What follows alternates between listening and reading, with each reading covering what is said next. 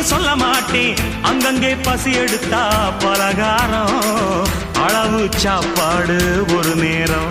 நாம் பிரசவத்துக்கு இலவசமா வாரேம்மா, உன் பிள்ளைக்கு ஒரு பேரு வச்சிருந்தாரேம்மா.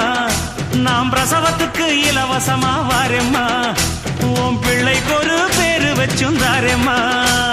எழுத்தில்லாத ஆளும் அட எங்களை நம்பி வருவான், அட்ரஸ் இல்லா தெருவும் இந்த ஆட்டோக்காரன் அறிவான்.